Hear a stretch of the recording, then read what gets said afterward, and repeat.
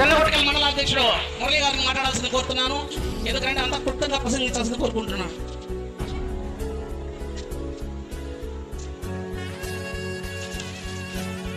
ఈనాటి శ్రీశక్తి కార్యక్రమానికి ముఖ్య అతిథులుగా విచ్చేసిన మన ప్రియతమ ఎమ్మెల్యే పులివర్తి నారాయణ గారికి, పులివర్తి సుధారెడ్డి గారికి, దాలా దివాకర్ రెడ్డి గారికి, వేదిక పైన వేదిక మీదున్న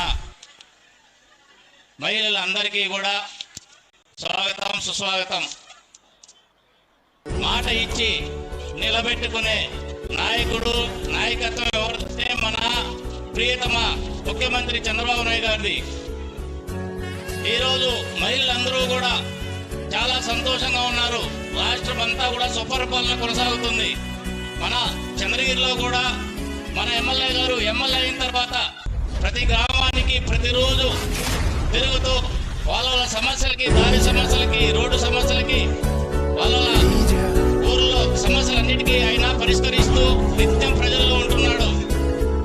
మనము మొన్ననే గమనించినాం, తలకోన మన నియోజకవర్గానికి పర్యాటకం మరియు అందరికీ కూడా ఆధ్యాత్మిక పుణ్యక్షేత్రం.